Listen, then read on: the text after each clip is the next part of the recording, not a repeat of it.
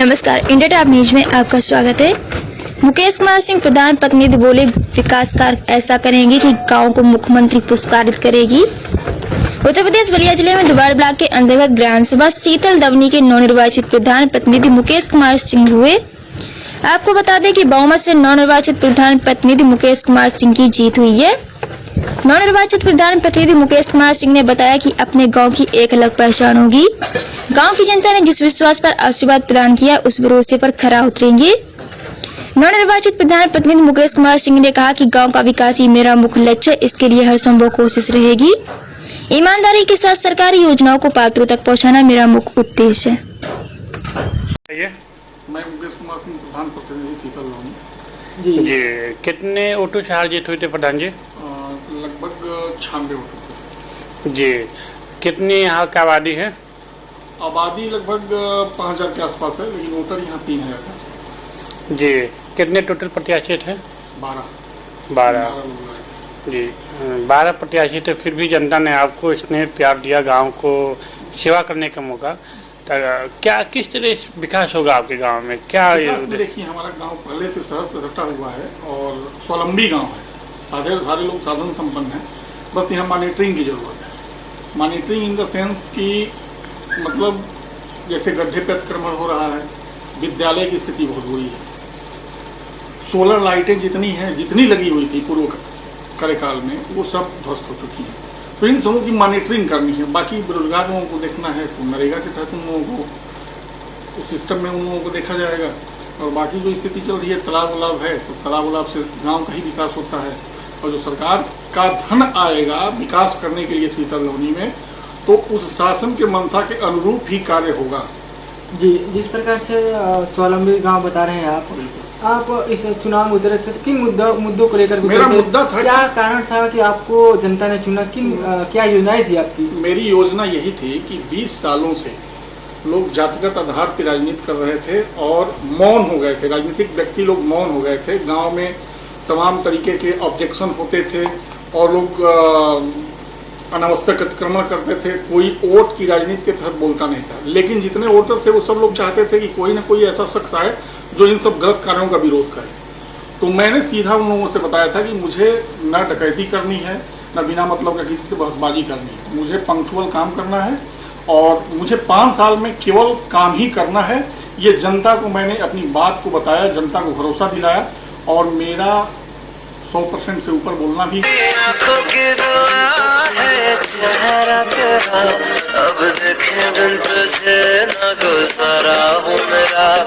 क्या है आपके पास जो करने के लिए इस गांव में? मेरा योजना ये है कि गांव के 10 पढ़े लिखे लोगों की एक कमेटी बनाऊंगा और उन कमेटी से लोगों से राय सलाह मशवरा लेकर के और जो उचित काम होगा उसको कराया जाएगा। जी। उसमें मेरा निजी राय नहीं चलेगा, क्योंकि मुझे चुनाव जितवाने में हम 10 लोगों को इसलिए बना रहे हैं कि कितने लोगों को बनाऊंगा, लेकिन 10 लोग उसमें श्योर रहेंगे और उन लोगों की बातों को नजरअंदाज नहीं किया जाएगा और वो सारे लोग शिक्षित रहेंगे। हमें उम्मीद है कि वो लोग भी हमसे गलत कार्य का रिकमेंड नहीं करेंगे। जी, हम जानना चाहते हैं आपके गांव में तमाम समस्या जीतने के बाद भी क्या सारे समस्या दूर हो? देखा गया कहीं नाली की समस्या थी, कहीं सड़क की समस्या। देखिए, अगर पूर्व कार्यकाल को देखा जाए तो किसी के ऊपर आरोप प्रत्यारोप करना ठीक नहीं है, लेकिन बिगड़ी स्थिति को संभालना होगा।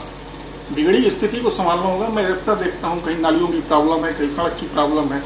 2-4 चीज और प्रॉब्लम मैं आपको बता देता हूँ। जैसे सड़क है, तो सड़क पे लोग नालियां बहाते थे, अगर उन पे ऑब्जेक्शन कर दिया गया तो वो लोग सड़क को काट करके पाइप डाल देते थे। तो ये कहीं से उचित नहीं है। आप गाँव के प्रधान को या सेक्रेटरी को इन्फॉर्म करिए, उस हिसाब से सड़क को काटिए, उसके बाद अंदर पाइप डालिए। अगर वो मिट्टी का काम है तो मिट्टी से उसका लेपन करिए, अगर सीमेंट का काम है तो सीमेंट से लेपन करिए। ये मेरा वरीयता क्रम में रहेगा। जी। गांव का विकास करने के लिए एक पंचायती धन पर्याप्त नहीं हो पाता है। जो प्रधान चाहता है तो अपने क्षेत्र विधायक, मंत्री, सांसद, ब्लॉक प्रमुख, जिला पंचायत विकास के लिए मेरा प्रयास ये रहेगा कि विधायक और सांसद निधि MLC कोटे से उनसे अपने गाँव के विकास के लिए अन्य विनय करके और मैं धन आहरित करवाऊं अपने गांव के विकास के लिए। जैसे आपका कभी मुख्यमंत्री सम्मान योजना में कभी जुड़ा?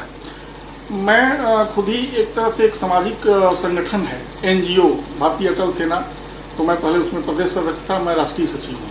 और लखनऊ में उसका मुख्यालय है और जयपुर में मुख्यालय है। तो हम लोग खुद सामाजिक कार्य से जुड़े हुए हैं और इन लोगों की यहाँ मेरा आना जाना है। मैं रिकमेंड करके कोशिश करूँगा। जिस प्रकार से वर्तमान स्थिति चल रही है कोरोना काल को लेकर के, क्या आपके गांव में कोई ऐसा व्यक्ति है जो कोरोना पॉजिटिव हो? कोरोना को लेकर आपने अपने गांव में क्या क्या किया अभी तक? बिल्कुल, अभी तक मैंने सैनिटाइजेशन 2 तारीख को चुनाव का परिणाम आया, उसके बाद मैंने सैनिटाइजेशन करवाया और जहां तहां कोरोना की 1-2 केस की शिकायत आई थी तो मैंने वहां स्पेशली सैनिटाइजेशन करवाया निष्पक्ष होकर के। तो वर्तमान समय में क्या स्थिति बनी हुई है आपके गांव में? क्या कोई ऐसा व्यक्ति है जो जिसके पास खाने के लिए धन ना हो, खाने के लिए मतलब अनाज ना हो? देखिए, मेरे पिताजी शुरू से ही बहुत अच्छे विचार वाले थे और उनका नेचर था जनता की सेवा करना और उसी के अनुरूप मैं उन्हीं के अनुरूप उनके विचारधारा पे काम करता हूं। और हमारे संज्ञान में अगर आता है कि फला आदमी काफ़ी कमज़ोर है और कुछ प्रॉब्लम है तो उसका मैं मदद करता हूं। अभी एक व्यक्ति दुर्बल आदमी था, वो आदमी एक्सपायर कर गया था तो उसकी तिरही मतलब श्राद्ध करवाने के लिए मैंने 10,000 रुपये अपनी माता जी से उसके घर पे भिजवाया। तो जिस प्रकार से ग्रामवासियों ने आपको विश्वास जिता करके आपको इस गद्दी बिठाया, क्या कहना चाहेंगे उन ग्रामवासियों के लिए? ग्रामवासियों का मैं कोट हार्दिक आभार व्यक्त करता हूं और जीत जाने के बाद पक्ष विपक्ष की भूमिका हमारे नज़र में नहीं है। मैं ये जानता हूं कि पक्ष भी होगा और विपक्ष भी होगा। अगर कोई गलत करेगा तो उसके साथ गलत होगा और विपक्ष भी होगा, अगर वो सही करेगा तो उसकी सराहना की जाएगी। जी, हमारे चैनल के माध्यम से सरकार से कुछ मांगे आपकी है? सरकार से बिल्कुल मांगे हैं। सरकार से ये मांगे हैं कि जो धन आहरित वहाँ से निर्गत होता है विकास के लिए तो उसकी अच्छी सी मॉनिटरिंग हो। जैसे मैं अक्सर सुनता हूँ कि सोलर लाइटें आती हैं जिसके 23,000 20,000 रेट होते हैं और वो सोलर लाइट 13,000 रुपये वाले लोग खरीद करके लगवा देते हैं और वो 6 महीने में लाइटें ढह के गिर जाती हैं। तो मैं चाहता हूं कि उसकी मॉनिटरिंग हो, मतलब सामान का मूल्यांकन हो। क्या अगर वो 20,000 लायक है तो 20,000 का भुगतान हो, अगर 13,000 का भुगतान हो तो इसमें सरकार की मॉनिटरिंग बहुत जरूरी है। इस चीज के लिए तो प्रधान निर्वाचित किए गए हैं, तो ये तो सारी जिम्मेदारी आपके ऊपर है कि मेरी जिम्मेदारी है जितना मैं बिल्कुल भूमिका बिल्कुल सही करूंगा क्योंकि मुझे ये सब नहीं करना है। लेकिन सरकार अगर धन देती है, जैसे एक पिता अपने बेटे को पैसा देता है तो उस तरह मॉनिटरिंग करता है कि आपका पैसा किस किस्मत में गया, कहीं सिगरेट में तो नहीं गया, बीड़ी में तो नहीं गया। तो इसी तरह मुख्यमंत्री के यहाँ से या उत्तर प्रदेश सरकार से धन आहरित होता है तो उसका बिल्कुल मॉनिटरिंग होनी चाहिए कि जिसको मैं दे रहा हूँ फला सामान खरीदने के लिए क्या उसने उस मूल्य का उचित मूल्य का क्रय किया है कि नहीं किया है।